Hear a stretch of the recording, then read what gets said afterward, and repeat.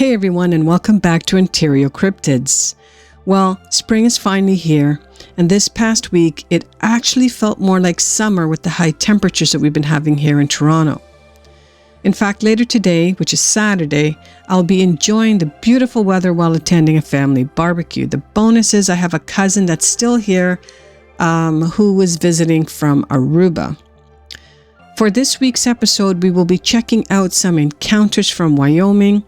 I got the inspiration from one of OC's community members and friend. I recently received an email from him regarding Wyoming, more specifically Medicine Bow Mountain, and thought that I would have today's encounters originate from Wyoming. Okay, if you have an encounter story that you would like to share, then please forward your stories to OntarioCryptids@gmail.com.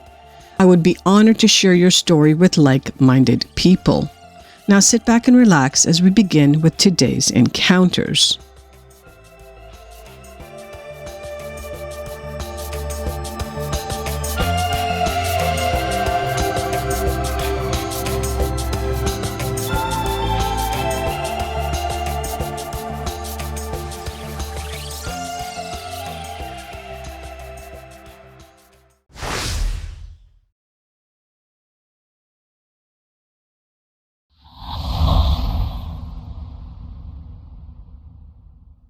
All right, this first one takes place on June 23rd of 2000, and we're going to Washakie County, Wyoming, and the nearest town is Ten Sleep.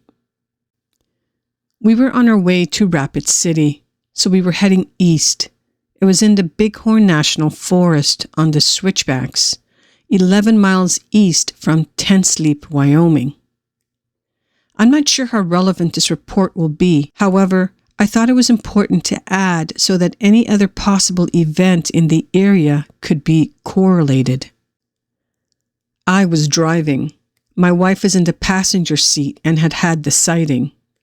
We had already been through Yellowstone on a cross-country trip and had been on the lookout for wildlife all through our driving, so my wife was very sure what she saw. She had been good about picking out antelopes and deers and grizzly bears on earlier days during our trip. We were proceeding up the mountain pass and were in the middle of the switchback when my wife saw what she described as a man in dark clothes on the side of the road on an upcoming part of the pass. She was visibly surprised that the man was not there as we turned a corner where he would have been. There were steep cliffs on each side of the road, with no turnarounds and very little shoulder. She told me that she was paying attention as we rounded the switchback where he would have been, so she could warn me about the man on the side of the road.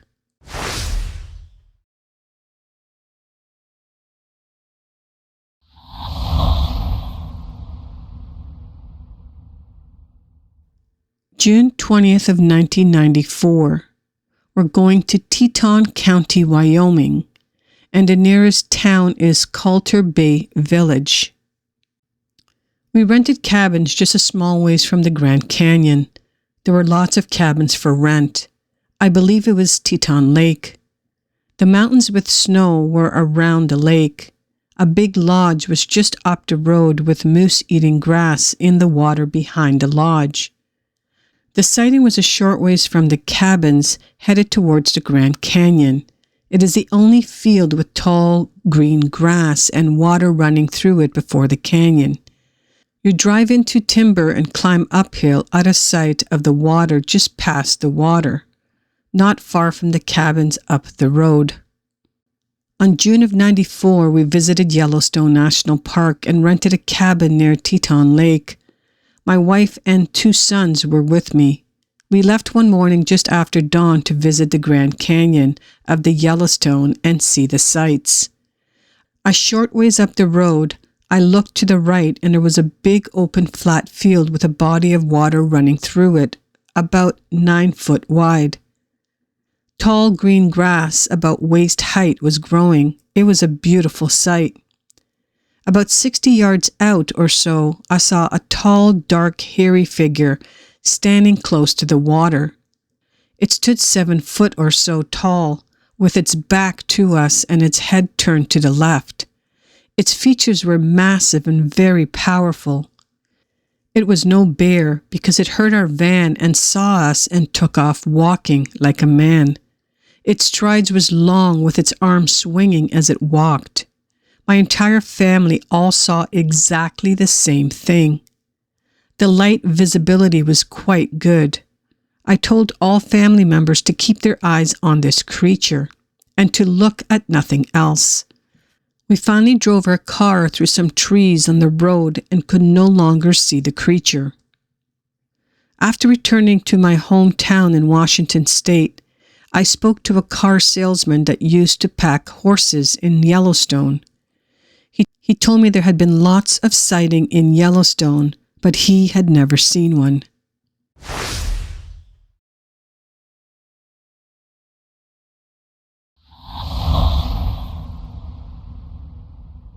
September of 1989, during Wyoming elk bow hunting season. We're going to Carbon County, Wyoming, in the Medicine Bow National Forest. A friend and I were gathering firewood around 5 p.m. in the evening. There was maybe an inch of new snow on the ground, and a moderate fog had settled in on the mountainside. We were maybe 200 or 300 yards from camp up the mountainside. As we gathered small sticks and branches from dead trees, I noticed something out of the corner of my eye, and a huge hairy-like animal, maybe 7 to 8 feet tall, ran in front of us. The creature was maybe 10 or 15 yards ahead of us in some thicker timber. The creature ran in front of us for maybe 30 or 40 yards, but because of the fog, we lost track of him. The creature ran or moved quickly on 2 legs for the entire time we observed him. There was no doubt in my mind that the creature was not a bear, but something else, such as a Sasquatch. 2 days later, while hunting, I heard a terrible scream like nothing I have ever heard before.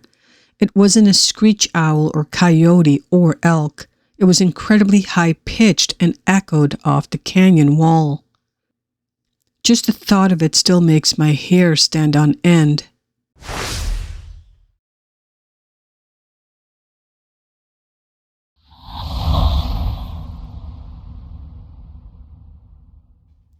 This last one takes place in June of 1987. We're going to Carbon County, Wyoming, and the nearest town is Laramie. In the summer of 1986 or 87, I was doing a Forest Service project on Arlington Road just west of Laramie, Wyoming. We were working on a road that led from the highway up to the lodge at the top of the Snowy Range Mountain on the Medicine Bow National Forest. I found a place about midway up the mountain to park the RV and to use as work camp. This particular time I had taken my son and my nephew, who I believe were 8 and 9 years old at the time, or maybe 9 and 10. Either way, they were allowed to go off squirrel hunting with a .22 rifle while I worked on the project. I don't remember if I was working near the base or how they came to see me, but they were both very excited, and my son told me that they had seen a Bigfoot. I have always been curious, and my son was raised in the mountains and had been elk hunting with me since he was 6 or 7. He never was afraid of the dark, bears, and anything else even at that early age. He has never made up stories, so I knew they had seen something out of the ordinary. Their story goes like this. They went out from the RV with the .22, hunting squirrels in the forest surrounding the camp. A short distance from the camp, they were coming back looking for squirrels. They both saw this creature in a tree. The tree was sort of in the open and had branches almost all the way to the ground. On a thick branch, only a few feet off the ground and not more than a few feet away from them, was a hairy creature about their own size staring at them. The boys were a few feet apart, and the creature kept moving his eyes from one to the other, without moving its head. It was holding onto a branch above with one arm and just watching the boys without moving long enough for the boys to ask one another what it was they were looking at, and my son asked his nephew if he should shoot it. All this time, the creature just watched them, and when they decided to leave and come and tell me, the creature also jumped to the ground and ran away like a man runs, which is how they put it. Still today, both can give a very detailed description of the creature because they were so up close for quite a while. It was dark, almost black, with long, shiny hair except for its hands and face. It had a humanoid face and eyes. They have no aversions to talk about it, especially to someone who will listen. Even today, at the age of 25 and 26, they still claim to the validity of what they experienced. The day they saw it and came to tell me about it, they also took me to the tree where they saw it. The ground was dry and hard, so no tracks were visible. Respectfully, MM. I hope you all enjoyed these encounter stories today. I found the last one extremely interesting since we don't often hear of young Bigfoot sightings alone. We normally hear of adult Bigfoot sightings, and I'm extremely happy that the kids decided not to shoot the young Bigfoot. On one last note, I hope you all enjoy your weekend, and I hope the weather there, wherever you all are, is as nice as it is here in Toronto. So get out there and enjoy the weather. Okay, if these stories remind you of an encounter that you may have had and would like to share, then please forward your stories to OntarioCryptids@gmail.com. I would be honored to share your story on this channel. Thank you all for listening until the end. I truly appreciate it. Please hit the like button on your way out and smash the subscribe button if you're new to my channel.